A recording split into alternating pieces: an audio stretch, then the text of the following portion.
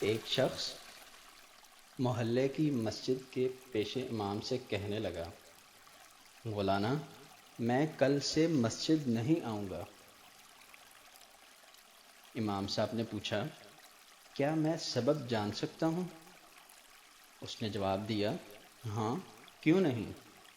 دراصل وجہ یہ ہے کہ جب بھی میں مسجد آتا ہوں تو کیا دیکھتا ہوں کہ کوئی فون پر بات کر رہا ہے، تو کوئی دعا پڑھتے وقت بھی ادھر ادھر دیکھ رہا ہے، کہیں کونے میں غیبت ہو رہی ہوتی ہے تو کوئی محلے کی خبروں پر تبصرہ کر رہا ہوتا ہے۔ پیش امام نے وجہ سننے کے بعد کہا، اگر ہو سکے تو مسجد نہ آنے کا اپنا آخری فیصلہ کرنے سے پہلے ایک عمل کر لو۔ اس نے کہا، بالکل میں تیار ہوں۔ مولانا نے مسجد سے متصل اپنے حجرے سے ایک گلاس پانی کا بھر کر لے آئے اور اس شخص سے کہا، یہ گلاس ہاتھ میں لو اور مسجد کے اندرونی حصے کا 2 مرتبہ چکر لگا کر آؤ، مگر خیال رہے کہ پانی نہ چھلکنے پائے۔ اس شخص نے کہا، قبلہ اس میں کون سی بڑی بات ہے، یہ تو میں انجام دے سکتا ہوں۔ اس نے گلاس ہاتھ میں لیا اور پوری احتیاط کے ساتھ مسجد کے اندر 2 چکر لگا ڈالے۔ مولانا کے پاس واپس آ کر خوشی سے بتایا کہ ایک قطرہ بھی پانی کا نہیں چھلکا۔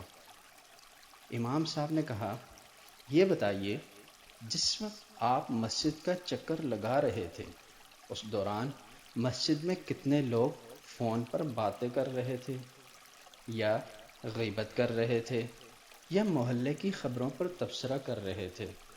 اس نے کہا، قبلہ میرا سارا دھیان اس پر تھا کہ پانی چھلکنے نہ پائے، میں نے لوگوں پر توجہ ہی نہیں دی۔ امام صاحب نے کہا، آپ مسجد آئیں تو اپنا سارا دھیان خدا کی سمت رکھیں۔ جب آپ خالص اللہ کے لیے مسجد میں آئیں گے تو آپ کو خبر ہی نہ ہوگی کہ کون کیا کر رہا ہے۔ یہی وجہ ہے کہ قرآن کریم میں ارشاد ہے کہ رسول کی پیروی کرو۔ یہ نہیں کہا گیا کہ مسلمانوں پر نظر رکھو کہ کون کیا کر رہا ہے۔ اللہ سے تمہارا واسطہ تمہارے اپنے عمل کی بنیاد پر مضبوط ہوتا ہے، دوسروں کے اعمال کی بنیاد پر نہیں۔ قرآن کریم میں ارشاد ہے، اور سب کو قیامت کے دن اکیلے ہی آنا ہے۔